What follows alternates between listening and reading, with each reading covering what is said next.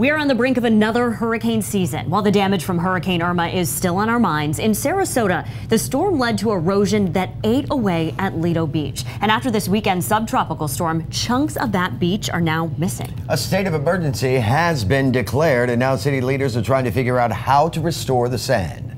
10 News reporter Isabel Mascareñas went to check out the erosion situation. She shows you the plans that are in the works to save the beach in the long and short term. 14 years ago, we used to have probably 100 to 150 yards of actual white sands. Over the years, Will Irvin has seen the beach disappear at his Sarasota Sands condominium on South Lido Key. Compare this year to last year. Oh, there is no comparison. So even last year, we had noticed that the water line had started to move a little bit closer. This beach used to run walkable even in high tide all the way up to the northern point of Lido Key. Not anymore. Not anymore. Sarasota Sands property owners have a sliver of beach for a beach chair and umbrella or to play in the sand. But their neighbors up the way, they have even less. We've got a dire situation. We have areas now that are experiencing property damage. And Sarasota City Manager Tom Barwin says residents can get a permit to place sandbags or add their own sand. The city's short-term plan is to dredge New Pass off North Lido Key in November after turtle nesting season. But first, there's hurricane season to survive. Well, any kind of storm surge of any significance, we're at threat of seeing the Gulf of Mexico breach our shoreline and really flow into the streets of Lido Key.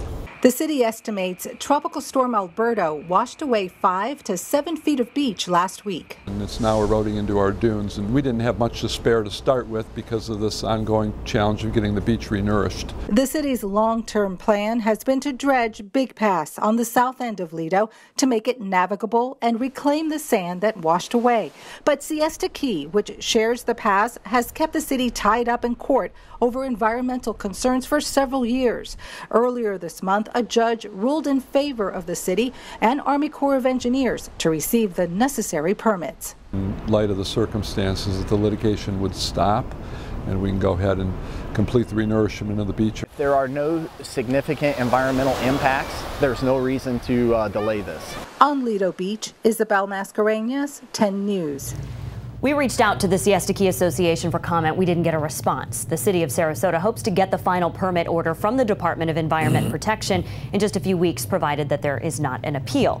Now, the fact that Sarasota is declaring a local state of emergency over the beach might sound drastic, so it's important to remember exactly what that means. An emergency declaration at the local, state, or federal level gets rid of the legal red tape that usually blocks resources to deal with problems like storm damage. And if Governor Scott declares a state of emergency at any point during the hurricane season, it activates emergency management plans all across the state.